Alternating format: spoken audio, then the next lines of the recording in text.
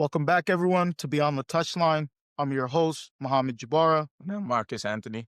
Today, we're joined by Mario Wimberly, a coach, mentor, a co-founder of Soul of the Cities, a community-driven futsal organization in the Twin Cities that's using soccer as a tool for service, access, and connection. Mario's work challenges traditional youth soccer norms and shows how the game can build community and purpose when it's done with intention. Mario, appreciate you being on the podcast. Good afternoon. Thanks for having me on. And before we even start, I want to say congratulations on the pod. I know you've had a few episodes, but definitely honored to be in that first handful of guests. So congratulations to you. I think it's well intended and it's something we need in the game. So thanks for having me on. Thank you. I appreciate it. I Thank appreciate you.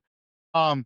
This conversation means a lot to me personally because my high school players kind of experienced the surf to play model in this summer, and I saw firsthand how it challenged the way they showed up, not for their teammates, but for the program, for their families, for the fans, for everyone around. And I'm excited to kind of unpack the why behind it. For the listeners who are new here, tell them a little bit about yourself, who you are, what you do in the Minneapolis, St. Paul community area. Yeah, so just to start it off, a little bit about myself. Again, Mario Wimberly. Grew up in South Minneapolis.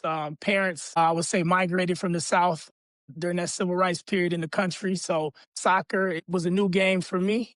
I discovered the game actually in the suburbs. We moved around quite a bit when we got to the Twin Cities. So all the kids were playing soccer at recess. So I looked around and said, well, I guess I better start playing soccer. So it was as simple as that.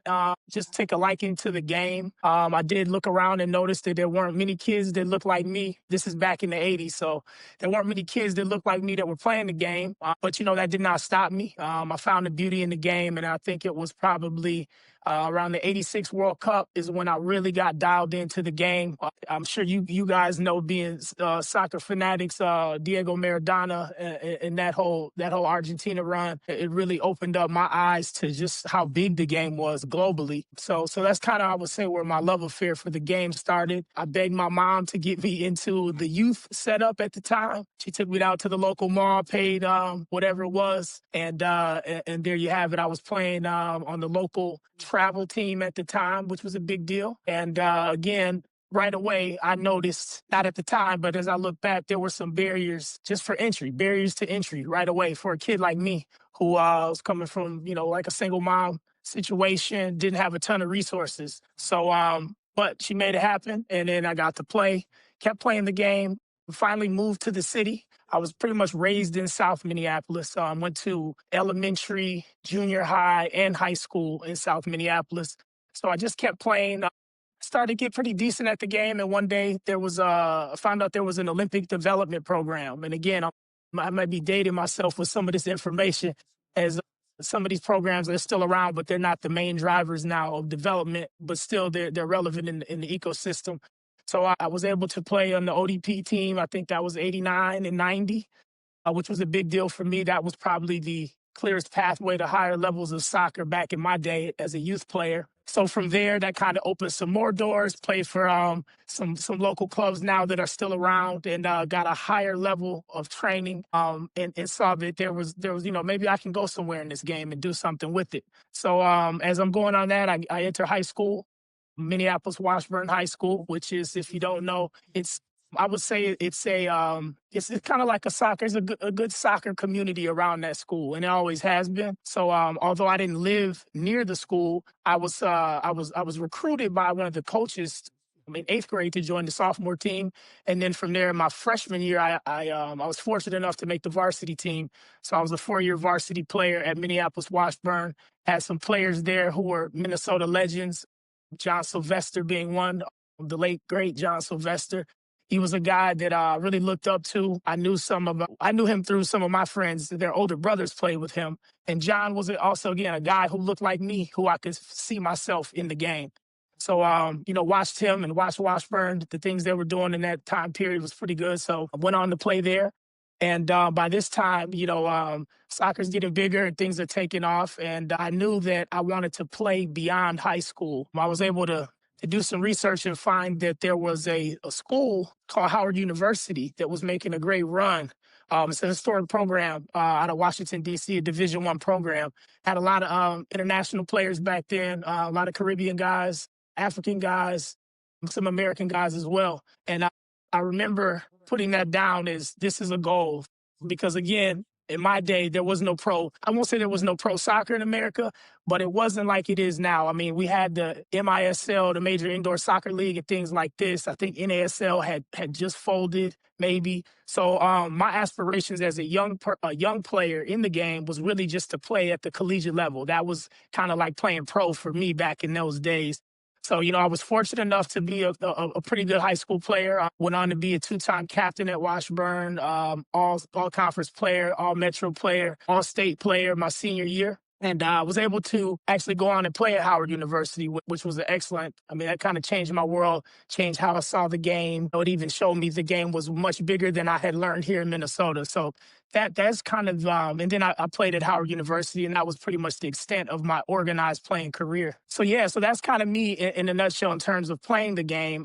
I played occasionally after I graduated, but getting into career and entrepreneurship and different things that I wanted to do in business, soccer just didn't seem like a path that was realistic on a professional level.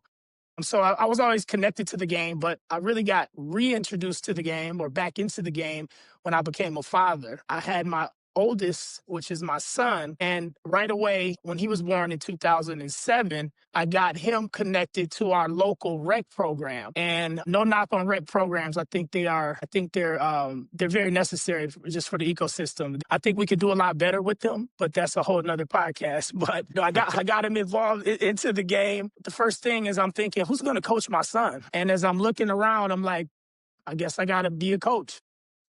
So, that's how my coaching journey actually started. I coached him and his younger sister as well, just through the rec program. And I built a lot of good relationships with families through rec soccer. And from rec soccer, I was asked to join the local travel club and be a coach. And now, it's kind of serendipitous how it all started, but this is how I got into my coaching journey. I'm just bringing families together who felt like I had something to teach and help develop their kids. That's kind of how I got into the coaching journey. And from there, as my son was playing for the local club, we had a good dear friend of mine, also one of my son's mentors and coaches at the time. He's from Brazil. And as you guys know in the game, when it comes to futsal, I would say Brazil is at the top. And even the big game as well. It's something that's about the Brazilians and that love affair for the game. So they introduced futsal. Now, for me, I hadn't known it in its organized form, but I did know about, like we did, playing in the streets, street ball, futsal, five-a-side. They're all kind of in the same arena as far as I'm concerned. But I noticed that a lot of the young players, and these players are all probably 10 and under, they really took a liking to the game. Sometimes when I was coaching rec, I would notice that players would maybe not be interested in the game, or they call them flower pickers. It really wasn't capturing their attention.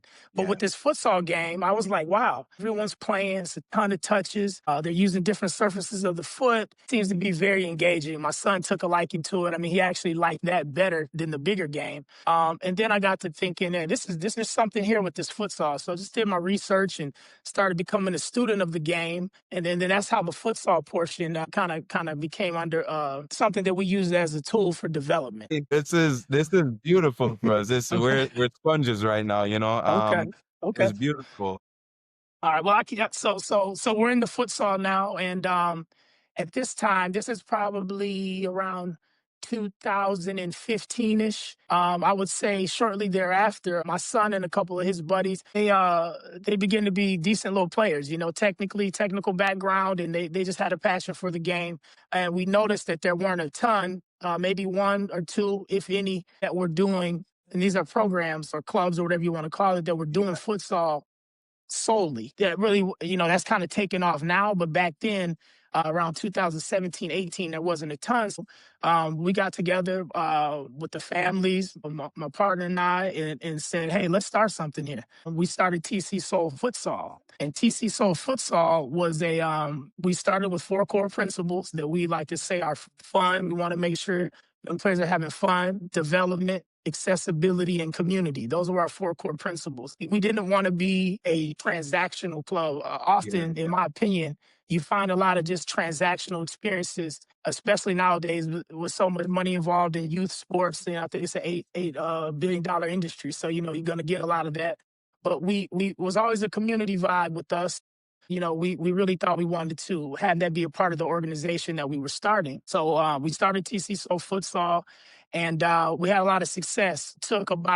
We only had a roster as futsal, right? So it's 5-a-side, but we probably had a roster of maybe 9 kids, and we entered into the local futsal league, and man, we were tearing it up in there. People were like, "Man, who are these guys in the black and yellow? Who's this coach? Who are these players?" These kids weren't seen. We were getting kids that were from all over, you know, kids who hadn't been seen in the traditional market, so to speak. We're playing, we're having a lot of success, a lot of fun. And we entered the futsal regional tournament down in Kansas City our first year. And I think the boys were around U12s then. And they entered the tournament, and we shocked ourselves, shocked the world, and became finalists. We got all the way to the final, and we lost to the final to a way more experienced team who were running rotations and doing a lot of, you know, set things. And we were kind of just, you know, I won't say winging it, but we were just playing the game, you know? Yeah.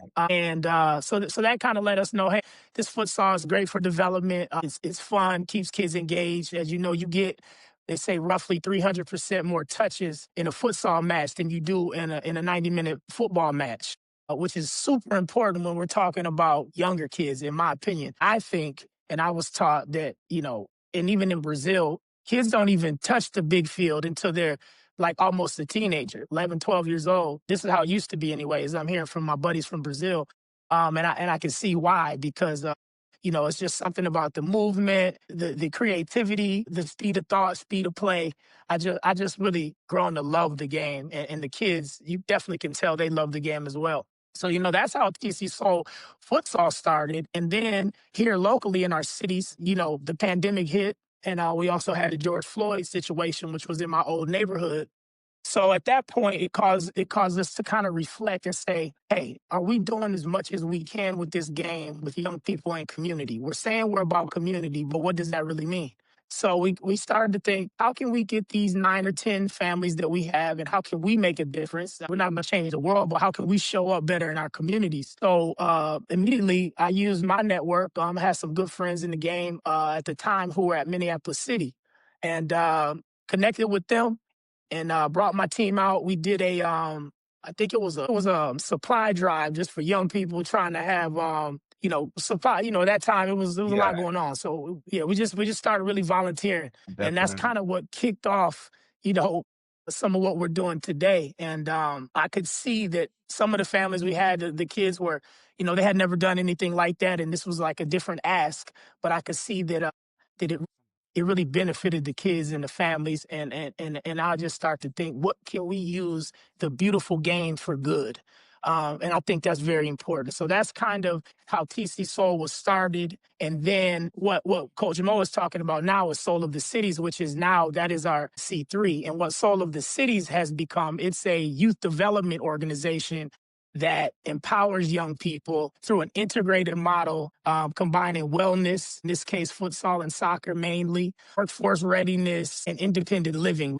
We've kind of morphed it into a few different things. And we use sport pretty much as an entry point, and service as the social currency. Soul creates pathways for youth to gain stability, confidence, and purpose. So that's what Soul of the Cities has become. And we have several initiatives and programs in our repertoire now that we hope are making a big impact in the city. One that we spoke about is our flagship, which is our Serve to Play Summer Futsal League. And if you hear in the title Serve to Play, it kind of rivals what we're all used to here in America, which is pay to play. Yep. And I don't like to speak, I'm a positive guy, but pay to play, I have some challenges with just the whole setup, because it's personal. Yeah, you guys know it's personal for me because I came up under the system, and I just think you know, it excludes too many before they even get started at no fault of their own. Young people if they're born into a certain situation, economic status, or whatever that may be, and they can't enter into the game and all the benefits that come with it. I just personally have a problem with that. Even with me personally, like I think even just coming to the US, and I mean I was born here, I was raised back home, but coming to the US and seeing that everything has to do with you have to pay to play soccer was outrageous to me. And my parents didn't really think about it to that extent of like, okay, we're paying this and we're paying this. Why do we have to pay for soccer when back home all you did was go out and just play, to the point where we had to tell you to come back home? So I think that's important, and that's why I kind of resonated with Surf to Play. And it was an opportunity not just for me, but also for the kids to kind of look at it and appreciate what they've gotten from their parents, because it goes a long way. And for me personally, like not having that and kind of going around and not being able to play club soccer until I was 17, 18, where I was able to get a job and be able to pay for that stuff is crucial. And I think part of it took away from my ability to play at a higher level. Yes, I could have trained on my own, but at the same time, being in an environment where you're playing day in and day out is crucial. And not being able to have that is kind of important. But I mean, even now with all the club players that we see who their parents are kind of in the same realm as I was, where why are we paying for this when all we did was just play soccer in the neighborhood? And that's kind of the biggest piece. But now it comes to like traveling, not just playing in leagues locally, but like traveling. You're playing a high level team, you're playing ECNL, you're paying 5 to 6 grand a year, and that's insane to me. Like it's just mind boggling. I think a piece in the game that, where Surf to Play come in, it takes away from some of our raw talent because you could attest to this. How many players do we know that are so talented that should be at these top level teams, but they don't even have access to anything? And because pay to play became so big now, like you think about it, MTA used to be where a lot of kids went and got scholarships. This is our local Minnesota. I know that because I played at Wings before it became MTA, right? And they just throw kids on a team because they wanted to play. You know, um, they weren't thinking about the funds right there. And that's at one point where they said, well, MTA went down financially. Not trying to knock on them, but I think it was because they were given so much access and opportunity for kids to play. And now they're rebuilding, and I think to their brand of rebuilding is good, but I think it's even been better to say that I grew up and came through that rankings, and I appreciated the opportunity to be able to play at a reduced $50 a month versus now it's 150 a month or whatever the case is. Don't get me wrong, it's not bad, but it's going up so much, and our local talented kids, are missing out on the ability to just have fun, clear their mental, be able to connect, make friends, and just see the environment. So many kids don't even get out of their neighborhood to see the Minnesota United Stadium or see a different soccer field or see a different kid that, whatever the case is. So I like the Surf to Play aspect. I learned a lot about it. I knew about it, but I learned a lot more when Mo became the St. Paul Central coach. Because for me, I didn't know how to get access to you. And it was crazy because we were talking about you way before, but I was like, man, who do we know? And, for a lot of us is we're young, we don't know anyone. And how do we get access to people that might not have the opportunity, I won't say opportunity, but the time of day to have the conversation, because sometimes it's so quick, it's so fast. But no, I appreciate what you do with Surf to Play. And as you're talking about it, I'm learning so much more about like how you reintegrate it back to the community. You're teaching life skills, helping them understand how to get a job, how to be independent living. Just all that stuff it's all new to me because I just thought it's just futsal, you know? Yeah, no, it's like I said, that is like the conduit. We use sport as the entry point, but it's funny you say that. So I have my own story, and we're not here to speak negatively about any club because we Yeah. understand pay to play and what the system is about. But to your guys' point, it's buried there. No one can argue there are barriers to entry. And I played before it was Wings. I'm one of the first guys that look like me, if not the, to play for Banggood. This is in Yep. the late 80s. Yeah, so I'm that guy. So this is where I learned really how to play the game. And I still, connected those guys. But again, if I didn't have access, and my mom worked miracles for me to play, trust me, doing things that she probably shouldn't have done in terms of, the sacrifices just to play youth soccer. Like you were saying, Mo, that's what your parents are like, this is crazy. I've been to Europe. I've been lucky, fortunate enough to go to Europe and have these discussions and look at the local market. And I went to Germany and I was talking to a parent and they're like, yeah, we pay 150, like what, their currency. And it's all integrated into like kind of like their park and rec system. So really everyone pretty much has access and then the talent filters out. Well, here, like you said, Mark, it's like we don't even know if the best kids can come out or unorganized because they can't even get that far. So one of the beautiful things about Serve to Play is that we had Central who went to state, we had Como boys who went to the final, we had Holy Angels in there. We had one of the players that was up for Mr. Soccer was in there. So when you remove the barriers, you get an environment that's going to produce high level environment because there's no barriers. Everyone can play. And like I said, when I said we have teams like Holy Angels, Prior Lake, we have community teams and high school teams primarily, but these teams understand too, wherever they are on that bracket, the economic, the socioeconomic, they still see the value of what our game does. There's no game that unites people like the beautiful game. I'm sure y'all can agree. Yep. So why do we have a system? We know the answer, but why do we have a system then that's set up that you have to have X amount of dollars to come in? And they'll say, yeah, we scholarship. Well, yeah, you're going to scholarship, but that's really going to cover 1 to 2 kids who you deem to be the best kids at a young age. And we all know how development works. That may not be the best kid when they're 17. So we don't have all the answers that Serve to Play, but we feel good about what we're doing. Again, the way it works is instead of a monetary payment to play, you serve with what all the kids that we serve have is their time. Now, if you don't want to give your time, then you don't want to play. But you can give your time because that's unlimited.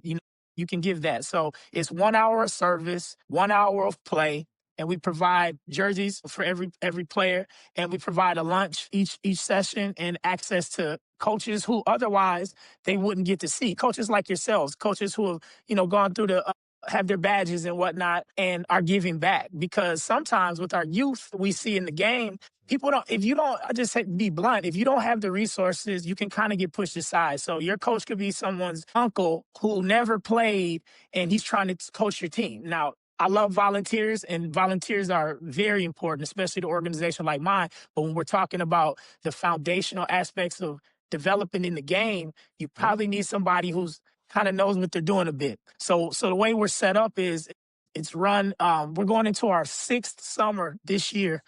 So we're super pleased about that. And I think last year we had 12 boys high school teams. We had, I think, 8 to 10 girls high school teams. We had 4 middle school teams, and then we have an intramural hour, which is the first hour of the day, where it's all kids from the community, no barriers.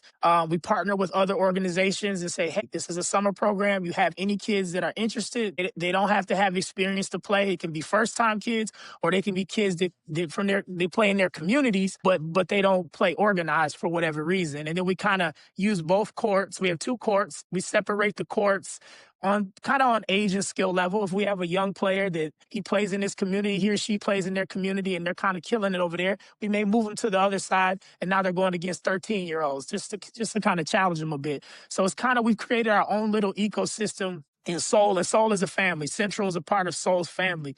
We support that program. We support Holy Angels. We support Humboldt. We support all the teams that are in there because we just believe in the power of community through this game and bringing people together. So, I'm sorry that you couldn't find this because we pride ourselves on access. So we got to do a better job of getting out there and being found because we definitely don't want to be an organization that you cannot find. So again, one funny thing I wanted to mention, Coach Mo was, I don't know if he remembers this, so he was new to Serve to Play, and we appreciate having him, and thanks for bringing the boys out. So they were playing their first game. I forgot who they were playing, and I could see him. He was nodding his head like this. He was like, okay, yeah, this is. And then he said, yeah, I like this, and it's competitive too.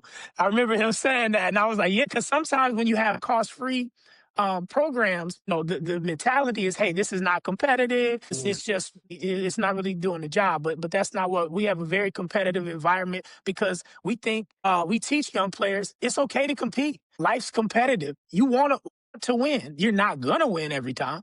I tell young people this all the time, but you should want to win. There's nothing wrong with that. So we try to create a competitive environment. And the biggest piece of this, gentlemen, is that all this is done through our community partners, sponsors, and corporate sponsorship, and family foundations and partners that believe in the mission of empowering our youth through the game, but also, as you said, Marcus, like, we know the percentages of kids that are going to go pro. It's 0 point whatever it is. It's not many, right? So majority of the young people we're dealing with, they're not going to be professional footballers, but what they can be is that they can be us. They can have the next podcast that's getting out information to the community. They could be me, being a social entrepreneur and creating making communities better. So sometimes we forget that the game is not just the 22 players that are on the pitch, right?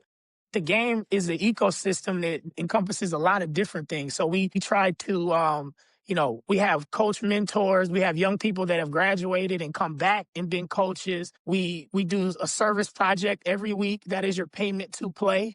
And that runs the gamut. Like, I think this year we had a pillow drive with one of our partners, My Very Own Bed. They work with youth, supporting children who need safe sleeping spaces. We do water safety each year. We had planting trees. It runs the gamut. So we feel good about just the people, the young people that we're building young people, not just players. Yeah, Not no, that's awesome. I like that piece. It's everything within the community. I would even go as far to say, like, with what you're doing is just utilizing the game to its fullest extent. Because when we think about, it's something that I'm pretty prideful and proud about when I talk to kids about the game is like, what access can the game give you to better your life? Especially if you didn't have a lot. We're thinking about, like, I asked Mo this when I used to coach him. Is soccer your out? Is football your way out? And when a lot of kids, when you ask them that question, it's so tricky because what do you mean your way out? Like, everyone doesn't have the same opportunity, but is it going pro, right? If pro is the dream and the goal, is it your way out to creating a better environment for yourself, your family, whatever the case is? And then I go from pro and I bring it down. Finishing high school and getting a scholarship to go to college. That is the way out because then your parents don't have to pay for school. So again, the percentage of how many go pro is there, but the percentage of how many get a scholarship to play in the collegiate level is also there. And that's something I think isn't talked about as much when you talk about the game giving back to what you give the game. And having access to play and do what you've done with Serve to Play is a big testament to telling players, like, it's your time. Come give me your time. Take all the resources that we're providing you to be able to create a life for yourself, right? Mentorship, work life, job, all the stuff. I think what you guys are doing is remarkable. It's crazy because I didn't even look at it that far, but it's just a big piece to show that, I mean, the game teaches life skills, how to work with others, how to navigate, how to advocate. Diversity. Yep, just everything. And yeah, diversity, that big piece, and understanding that though we might not see eye to eye all the time, we're here for a common goal, right? Build our community, play, have fun, and then just take the lessons that we've learned. So I appreciate that piece big because that's something I tell my guys, club players. You could get out, get a scholarship, whether it's half or full. That's what, $20,000 less or $80,000 than 150 that it costs to get an education here. So, that's big. Yeah, because I mean, even with me personally, my parents are like new to the US. But like the college, I'm like first generation college student. So it was a bit hard for them to understand that you can go to college for free with playing soccer. And for that to happen, you got to invest money into the player to play high level soccer to be able to play at a collegiate level where you can get a full ride scholarship. Obviously, academics come play a part into it, but like even then you kind of have to look back and be like, I still need to invest that amount of money for them to play collegiately. And that was I mean, obviously you can still do it, but it was a big part for me as someone who's new to the US and coming to the US and whatnot. I have one question for you, Mario, before you go on, right? Is there, with Serve to Play, is there a academic requirement? I know like you provide all this access, but for players to come in, like, is there expected to take care of business in the classroom, or do you guys provide that mentorship piece to help them stay on top of their academics as they come into the community? Yeah, no, that's a good question. We don't have a formal rule or anything written. I think the way we're currently set up in its current form is that the majority of the teams are high school teams. We do have some community teams as well, so they have their own guidelines in terms of minimum requirements to play. So we kind of adhere to those. Our main requirement now is that you give your time and you give back to the local community. And then we're here to provide any support. Like I said, we have sponsors and corporate sponsorship, and we now are having our teens matriculate into internships and things like that, which of course you definitely need to meet Yeah. those minimum requirements. But that's something actually that I do like, and I think it's something that we possibly could implement for sure, even with our younger, probably our intramural group, which is 7 to 12, and our middle school, which is that about 12 and 13-year-olds for sure. Just to piggyback on that, the way our programs are set up, they all kind of flow together. So we have another program that we run called Soccer for Success in partnership with U.S. Soccer Foundation. That's kind of like the Soccer for Good philanthropic kind of arm of U.S. Soccer. So we were selected one of two organizations in the nation to partner with them, MLS and RBC Wealth Management, to run this after school program that deals with the socio emotional learning as well as, mentorship, teaching it through the game. So we've kind of been growing that, and we've kind of created an ecosystem now for kids to have access. So if you're a kid that grew up like us and you didn't have a ton of resources, we had a lot of love, but not a ton of resources, you can go from Serve to Play, then you can go to our after school program, and then we take those kids and introduce them to our 3v3 that we do with Minnesota United, which is coming up. It's our 4th year doing that. We put them into their ball kids at our All-Star game, Stars of the Cities, which is huge now. So we really trying to recreate, and I'm doing this from my own experience. What would I have liked to have for Yeah. me at that time? Yeah. So it's like it's not perfect, and it's I'm not gonna say they're gonna be a ton of scouts that Serve to Play. But what happens is there are scouts now at Stars of the City. So we're creating relationships where we can call a coach and say, hey, this is a guy, he plays in a lot of our programs, or a girl, and we want you to take a look at him. We've had that happen. So we're steadily evolving and trying to be all what we can be with our resources, and actually grow our resources so we can do more. But I do like that requirement. But right now, there's always like an adult leader so like Mo was, and I want to give Mo, I want to commend him on the job he's done with those boys at Central, because this is how we like to all of our teams to model these behaviors of being leaders, right? Young people need to learn how to lead, and we show them that.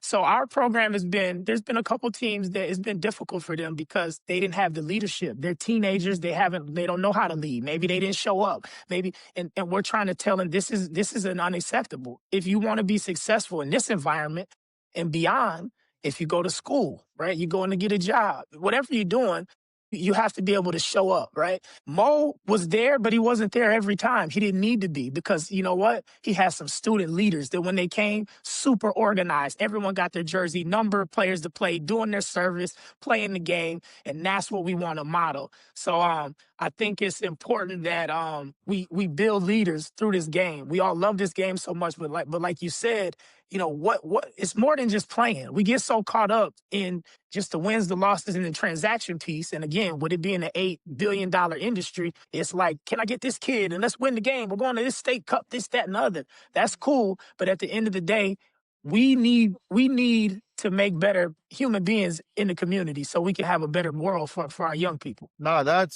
dude, that's great for me because like I've seen how much leadership that our group of guys who came to Seoul and now they're program captains, but like it goes a long way and it represents the school, it represents the community, but it represents the city of St. Paul as well.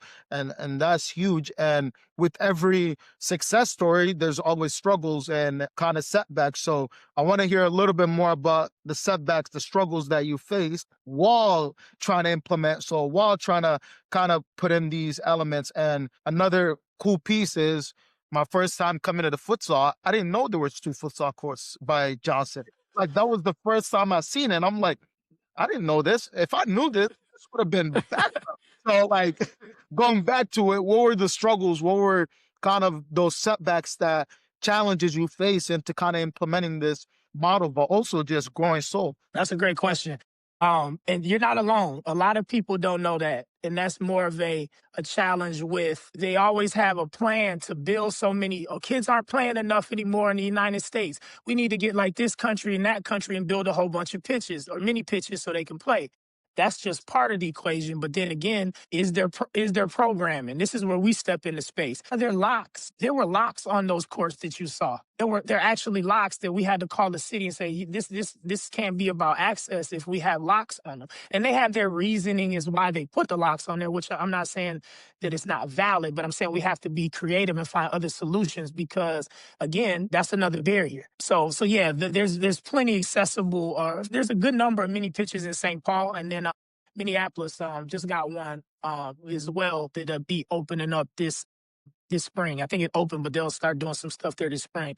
But in terms of barriers, there's so many and challenges. I would say the first thing would be just the buy-in. We're in an ecosystem that's dominated by transactional pay to play. So just convincing coaches, programs that, hey, come, we have a different way to do things.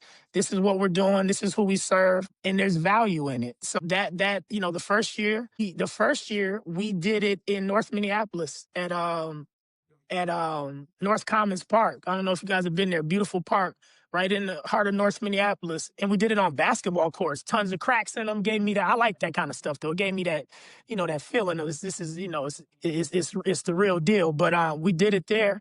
And we only had a handful of teams, and we hadn't worked out all the kinks yet. And then each year, we go back and say, what can we make it better experience for the young people and for the family? So I think the initial buy-in, and it's still that, but now people are hearing about us. They're seeing the success. Kids are loving it. So it's been a little bit easier now. And we have like a lot of repeat club, like Holy Angels are going into their fifth summer with us. Hopefully we're going to have Central back. Como's been there a long time. Humboldt. Yes. And there's a lot of other teams that I want to get in now. So I would say just the buy-in of what is served to play. Why should our young people play it? And what is it about? So I would say that's the biggest challenge right away. Aside from that, once you get the buy-in, is how are we gonna pay for this thing?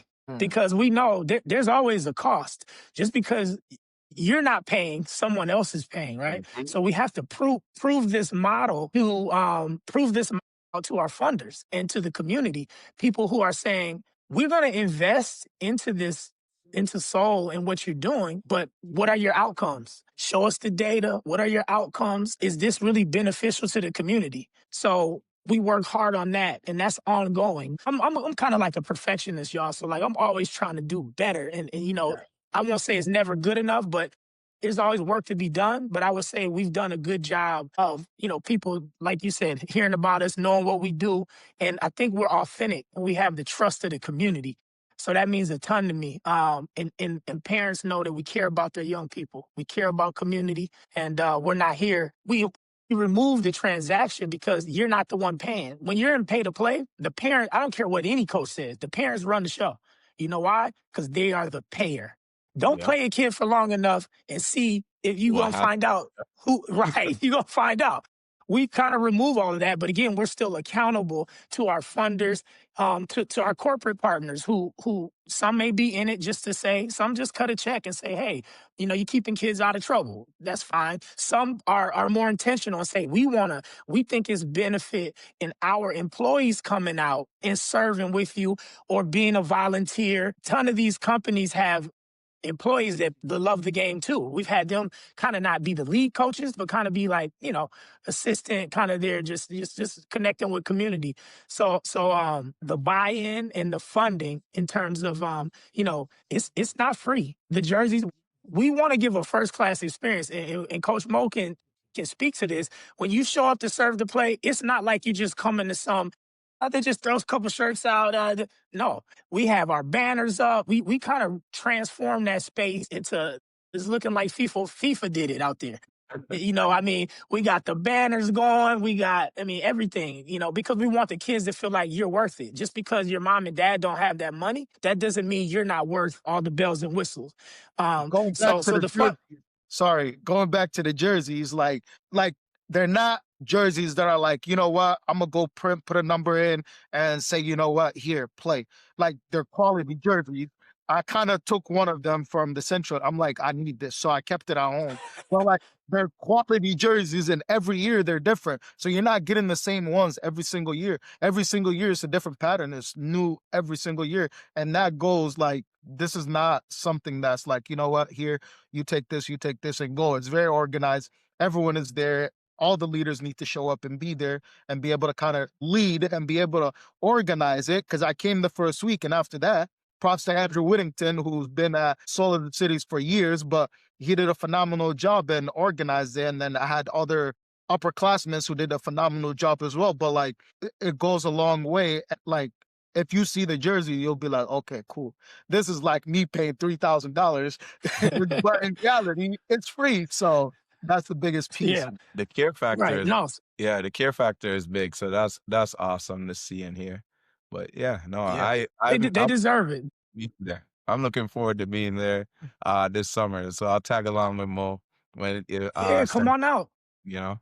Sure. No, it's a community vibe. And again, we feel and I feel that our young people are worth it. It's nothing wrong with having any kind of program, even if you just throw out a t-shirt. That's fine too. I'm not knocking that. But what I'm saying is when we go to funders, we speak with this same passion to say these young people, their futures are bright. And we want to invest in them because they may say, like you did, and these are nice, man. Somebody cares. And they give that extra 10%. They're connected with mentors and they go on to be successful in whatever they may do. And they say, hey, I remember when we played for Soul and, it really made us feel special and a part of things, even though maybe our parents didn't have this or didn't have that. And even, and again, there are some people in our program that do have, and they've been great. And I keep mention the Holy Angels because they've been a great partner.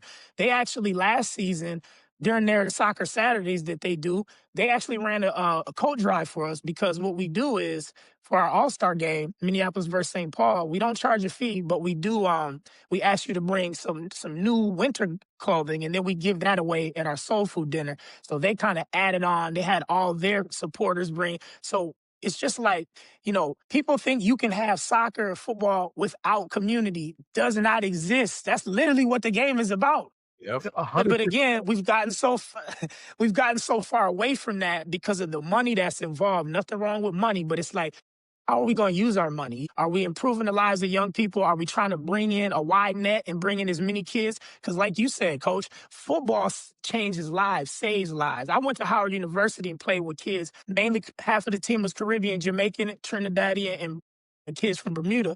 And a lot, not all, but a lot of those kids, like, football changed their life going to Howard and doing that. And it can do that for people. But it's like, if you never get a chance, I mean, sheesh, gonna be Well, tough. yeah. So to finish answering your question, I would say the funding always and just staying keeping it funded is always going to be a challenge that we're up for in growing and then the buy-in. Those are the biggest things. A lot of and finding the right partners. That's why I'm so happy to have y'all and Mo have your group because at the beginning there were a lot of teams. The kids they didn't show and we really wanted to we really want to get partners that believe in what we're doing and see the value. They're going to compete. They're going to try to win the trophy, but it's about meeting kids from across town that you never met, playing the game that brings us all together. And like I said, we do a lot of other things beyond. This is just serve to play, but we're even we're now in transitional housing for youth as well. So we kind of in a lot of different things that can just help youth, but it all stems from my love of community, young people, in the beautiful game. That's great. I wish there was a lot more, and not just I want to make sure that we're spreading the word for not just kids in the Minneapolis, St. Paul area, but kids in Rogers, St. Michael, those kids. Like, hey, there's a program, and maybe this could be something that's extended all over the state of Minnesota, where it's a community and everyone can be involved and be able to support each other. And the one piece I want to ask is what role did your wife play into this? How important was she in the process In of family. of making this happen? Man, Because big props to her. I see her a lot at the futsal days and surf to play. So and I see her a lot yeah. volunteering, talking to the youth. So what role did she play into this? I mean, I'm just a guy on here talking to y'all. She really runs the whole show. She keeps me going, man. I had the privilege of meeting her at Howard University. She's from California originally. She did not even know we had a soccer team. She met me coming from training, and I had shin guards on. You know, the shin guards used to be bigger than they are now. My son wears shin guards this little. But anyway, she was like, "What are those things on your legs?" And I'm like, she's like, "We have a soccer team." I'm like, but Yeah. fast forward 23 years later, no, she's been like my backbone, always supportive of anything that I've ever done. And she's the number one soccer mom. And, you know, even though my son and my kids have had privilege in soccer, you wouldn't tell it by the way she shows up for a community because again, we came up different, she and I, than our kids did. And there's nothing wrong with how they came up. We worked hard so they could have some of these privileges. But again, we always keeping our younger selves and other kids who don't in mind when we do any of this programming. And our kids, they work. We make them see you're going to serve your community. To be in this family, you're going to serve community. But she's been, I mean, I can't even put it into words. I mean, long hours, thought partner. She's just a talented woman. She believes in community and she believes in young people. And we know that that's for any kid, any community. But there are some targeted communities where the need is greater. And we're super committed to doing what we can to make sure that these young people thrive because I've seen what support through the game does for kids. Some kids, I'm like, man, this kid, you know, when you have support and people believe in you, you as a young person, you can just go further. I seen that in my own journey in the game. I could have probably gone further with a little bit more support, you know, in different areas. So I try to use those experiences in what we're doing. But again, back to her, it's just like, I mean, she wears tons of hats. She's, you know, she's speaking to funders. She's setting the meetings. I'm in on those meetings. She's making the relationships. She's on the ground, volunteering at Serve to Play. I mean, she's pretty much doing everything except for coaching. And she's coaching, but I mean, coaching the game because she got to the game a little bit later in life. She didn't grow up playing the game. But aside from that, man, she's very instrumental to what Soul is doing and where we're going to go from where we are now. No, I mean, I feel like there's always someone in the background who does a lot of work, and For I feel like sure. we got to recognize those people as well, because even with me as centrist, not just me, it's also the whole coaching staff who do a Yeah. phenomenal job of being around the kids, and my AD who does a phenomenal job of believing in us and continuing to give us access to anything we ask for. So I think that's huge. And then the girls program as well. And I feel as though they might not be as successful in terms of result as the boys, but that's where Soul comes into play. And for them to have an opportunity to play club soccer and be able to do that piece. And I think that's very, very crucial in player development. So that's kind of my piece into having this conversation and talking about Soul. And that's huge. So I love having this conversation because opens up a little bit more doors for everyone else. Now, for the kids who don't know about Soul and want to know about Soul, this is where you can kind of see that. So now I have what life skills do you believe soccer should be teaching that often get overlooked other than community? Oh, I think leadership. Always telling our young players, whether it's at Serve to Play or at Soccer for Success, you can often hear me say, where are my leaders? When things get a little chaotic, I'm not hey, be quiet, you do it. I let the environment be. And then I just say, where are my leaders going to emerge? I think leadership is underrated. And I think that's something that that we should focus on more, just leadership. You train for leadership. It's not something people say you're born a leader. You may have some characteristics, but leadership is something I believe that you have to, you have to see and you have to learn. So leadership, I think overcoming adversity, we've all had to do it in our playing careers and our lives. You can't live the human experience and not have some adversity. So we're all gonna be faced with it, but how do you overcome it? Is it okay to have support people in your life who you can talk to? Things that, I didn't know as a young kid. I mean, I'm from a kind of different generation, Generation X, so things were a little bit different, but these are important things that I'm seeing in young people. And even like in my kid's journey, I have a kid that's getting ready to go play Division I soccer. And just in his short journey, I mean, he's overcome a ton. And I'm like, man, I would have folded. That's Yeah. what I'm saying to myself, just because I didn't have the same support system and coaches. These kids they really have so much access to guys like yourselves and other coaches who want to see them win, have played at a high level, and can pour into them. It wasn't as readily available when I was coming up. So I would say overcoming adversity, leadership, working with others who are not from your community. That's real life. That's what we like about Serve to Play. People are like, at the beginning I heard, well, I thought this was just for inner city underserved. No, it's not. Because there are different gaps, there's socioeconomic gaps too. But again, when you get into larger spaces, when you go to university, if you go to high school sometimes, even like Central pulls from different communities. It's Central, but it still pulls from different communities. You're going to have kids that on this side of the highway and kids from this side of the highway, right? In college, I went to school with some kids their parents went to the school and their grandparents and they had money. But again, we got to all work together because we're all people. So I think soccer teaches so many real life lessons, kind of microcosm of life. I think on a big level, I'm not labeling because there are some pay to play clubs that are doing a phenomenal job in teams. So I'm not going to, cast a broad stroke over the whole thing. But I just think those things get lost because the payer wants wins and they want to get the scholarship. That's a whole nother podcast too. Because let me tell y'all, soccer is an Olympic sport. The full ride, my son, listen, you're gonna have to probably pay. If it's a little bit, you got to pay something. On the boys' side anyway, on men's side. But I just think some of those lessons, we need to focus in more. So like the leadership, overcoming adversity, working in diverse environments and being able to thrive. And I probably could go on and on, but those are three that I see often. And especially like I said with our younger players for sure. All right. No, that's good. I like your take on leadership.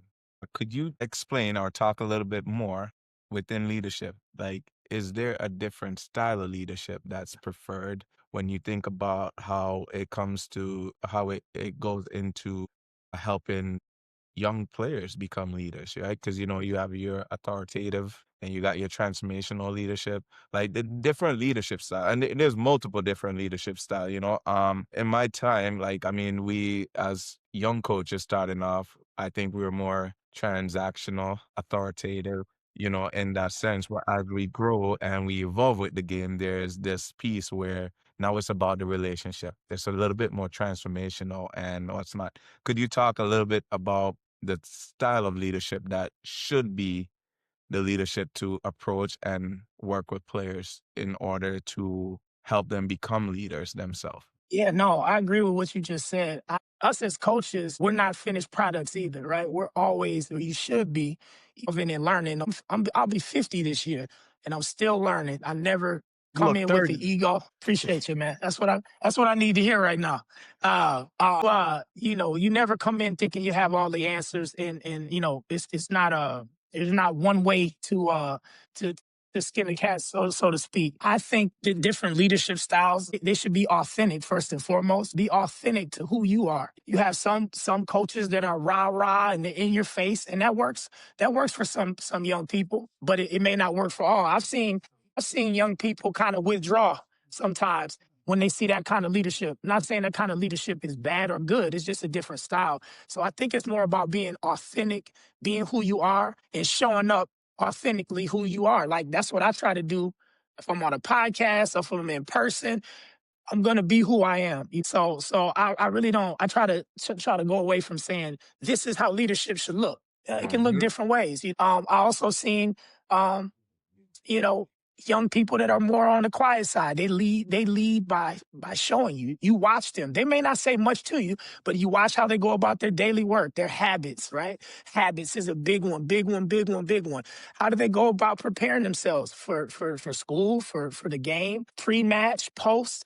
How do they treat their opponents after a win, after a loss? These are all things that I often tell young people, look for me to kind of guide, but look within your peer group and see who's emerging as a leader. And if you see some characteristics and success, it's because they have those habits or those characteristics, and you should want to model those. So that's how I kind of view leadership. I like to see leaders emerge. We just had our Soccer for Success program at an elementary this fall, and we had about 20 kids, and first, you kind of observe and seeing who's who. I do a lot of observing. I know you guys learn this in your coaching courses. I know y'all got high level badges. It's about observing the environment before you just go in. Although I've seen people do that, this is how it's gonna go, and this is that. You never know. Every kid's different. So I kind of let things emerge. And of course, there's gonna be some rules and some guidelines, but that's gonna depend on who your group is. So I like to watch young people emerge, and there's always one or two. If there's a bunch of talking going on, it's in my elementary group. I don't say a word. I just stand like this and I let it go. And then towards the end, you see a couple of my leaders emerge. Hey guys, we want to play. Let's keep it down. That's the kind of modeling I want to see, because now the one who maybe is being disruptive or whatever's going on, they're in the outs now, and everyone else is listening to the leader. And now you can see the behaviors change within a group. So I'm kind of fascinated with just these kind of environments, and I love working with young people just to see different leadership styles. I think either one. I think you have to be able to adjust to your group. I've seen both styles work, but I think it's important to be authentic, show up as yourself, be open to learn. You never know it all. We're all learning and learn from each other. I think we talk about this in previous episodes, but we're all a student of the game. We're gonna keep learning, keep growing as individuals, but also just being open minded. And I feel like leadership also comes in another style of being open minded and listening to for me as a coach, listening to your leaders, to your captains. And I think that's huge because they're on the field and they know what's going on, but you're not on the Mhm. field. Yes, you may have experienced it in years past, but we're talking about the moment. And then they are the ones who are in that moment. And for me personally, I feel like a part of our success was the leadership I had and them being open minded, then them expressing how they feel in a respectful manner to everyone. And everyone kind of wanted that same leaders and everyone respected them. Everyone, yes, kids, some go to this cap, some go to this, but at the end of the day, everyone led differently, but the result was the same thing. And that's beautiful because I set like the captains themselves set meetings with the coaches beginning of the season. If things are going bad or if there's anything, they set meetings and at the end of the season as well. And I think having that plays a huge role in not just success, not in just team success, but program successes as well. So that's Yeah. kind of my I piece. love I agree. Just to your point, I love that. And like you said, we know this. This is a player's game. This isn't American football where like you look to the sideline and get a play. I Yep. mean, we got set pieces and different tactics and things, but this is a player centered game, and I think that's how we have to approach it. And again, to your point, Coach, the leaders are going to emerge. The team is going to look towards who they feel is the leader. We can say all day, "You're the captain. Wear the armband." If the team doesn't think this is the one, he's just somebody wearing an armband. Yeah. I think again that's the habits and showing what kind of leader you are, but how you carrying yourself and how you handle adversity, and those type of things. So I agree with you 100% on that. That's big. And the reason for my question was just to get a take, but just to show others too. Like there's not a right or wrong way. It flows. It's fluid, you know. And you still do have to have some control as a coach. You still do have to, even as players too, who are they gonna listen to? And that goes into this piece, right? As I was listening to you both go, like empathic listening with empathy, understanding, Yeah. versus always thinking you have the answer. And giving room for the leaders to emerge, you know, letting it be seen. Cause I would even go as far to say, like, doing my license, giving the players the ability to say what's happening, what's going on, and just hearing it out and seeing how they problem solve. That's how you find some of your leaders, you know? So it's super big. I appreciate your take on that because, again, I went from authoritative to, We all do. I think we all do at some point. yeah, so it's big. I think when we start as coaches, we want this in this way only, no matter what the kid is. We want it to be looked Yeah. this way. We Yep. want to look like Pep Guardiola. We want to look like Messi. Yeah. As you grow up, and for me personally, as I gotten older, I'm like, yeah, it's not gonna look that way. You're not. You're not in your own. You have to coach based on the players that you have. And Exactly. That kid is not Phil Foden. exactly. So that's kind of the biggest Yeah. piece. And now going Yeah. back into Seoul, where do you want to see Seoul headed in the next 5 to 10 years? Oh, that's a great question.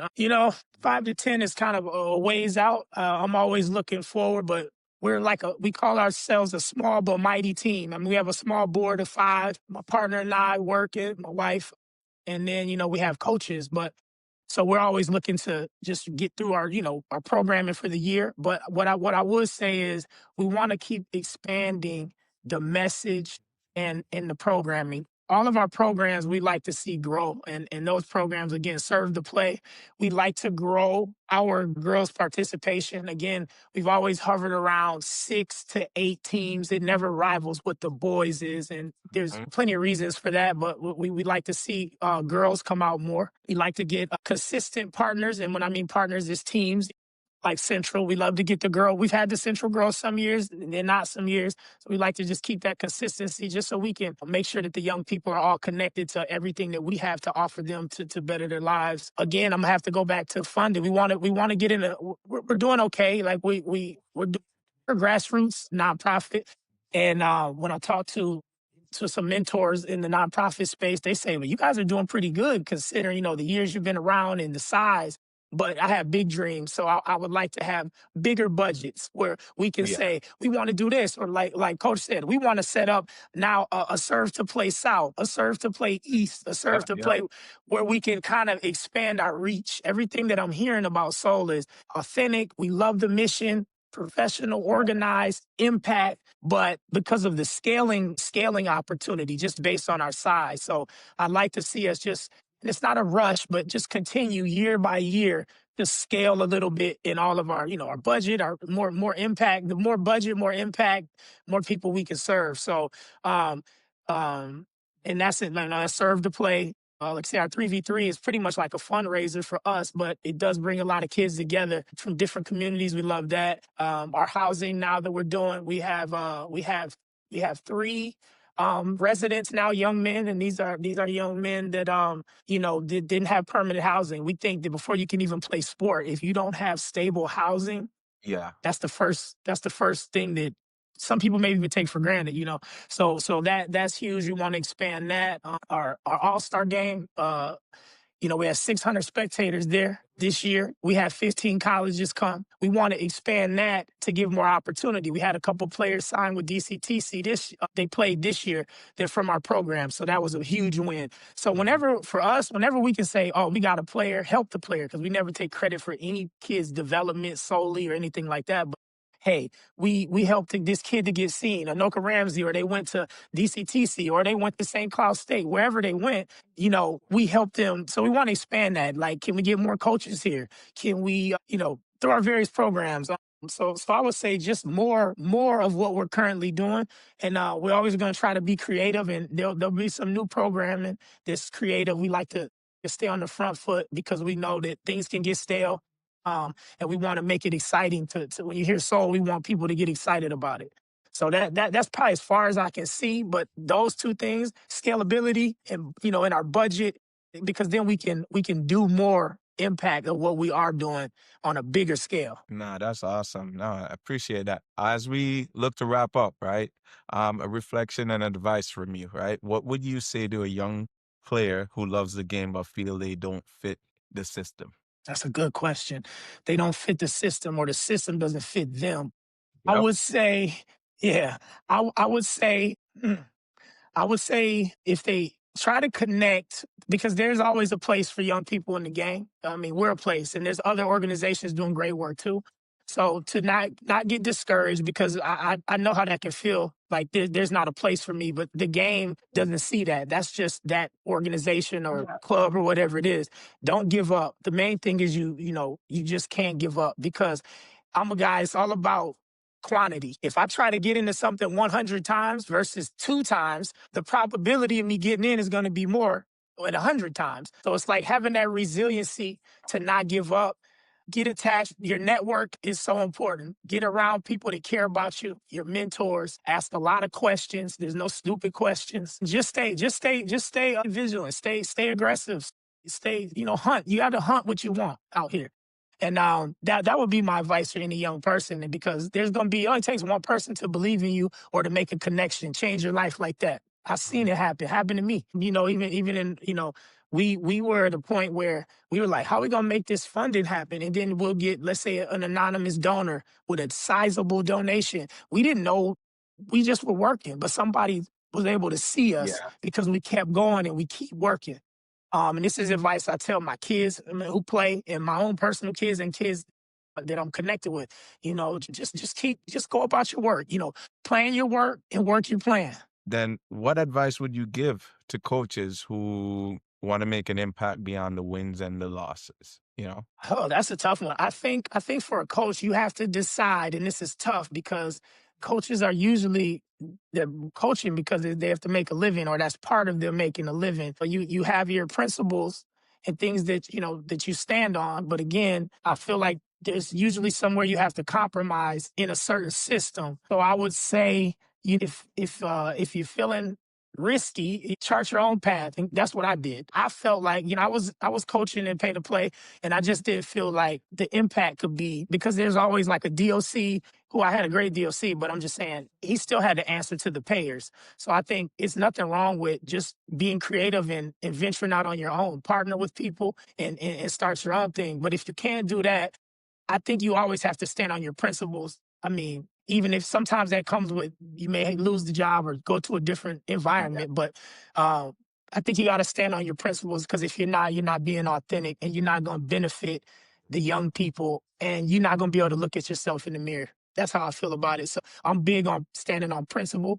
Whatever your core values are, they got to be your core values. So stick to those. And again, like we just said, if it's not working at one place, I'm at this club or this team or this organization, and they're not seeing me. We're not aligned.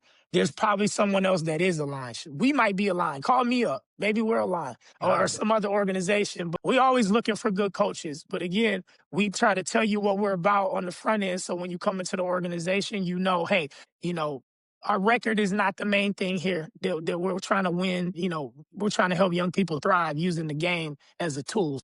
That would be my advice to any coach, especially young coaches. I think, as you coach for a while, you kind of, what you're doing, you got your footing, you've been in different environments. But like young coaches, you really don't, it's kind of more difficult because you're trying to make a name for yourself. You don't want to rock the boat.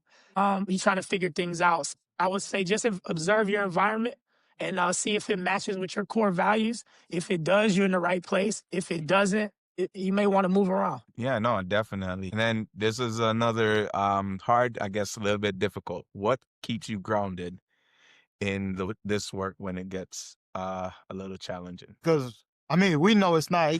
We know it's not easy. Shoot, I know your work plays a crucial role, but what keeps you grounded? Yeah, I would say just, my spirituality, I'm always trying to learn. I have a new habit that I've created. They say, 21 days, it creates a new habit. So what I'm doing now, just to take a step away, because sometimes in this work, you never get to a point where someone always needs, you're always serving, right?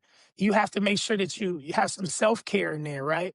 Very important. Not only like physically, I got a massage tomorrow. Can't wait because I'm tense up in here, but also just for your mental. So like I have a new practice that I started last month where I get up I'm probably up at like between 5 and 6 a.m. and I read. I have several new books that I got from my family that are excellent. Just help me process, get my breathing down. I read a chapter every morning, then I start my day. Because if I'm not close to 100%, and you're not gonna be 100% every day, but if I'm not who I need to be for me, I can't be who I need to be for community or young people. So I would say self-care, my spirituality, grounded, my family. I'm a huge family guy. That's my number one, because those moments, like you said, when I'm down or I'm like, this not working, should we throw in the towel? They like, no, look at this and look at this result. You impacted this, look at that. So those are my three that I try to stay close to. And then y'all, community like y'all, seeing y'all here doing this,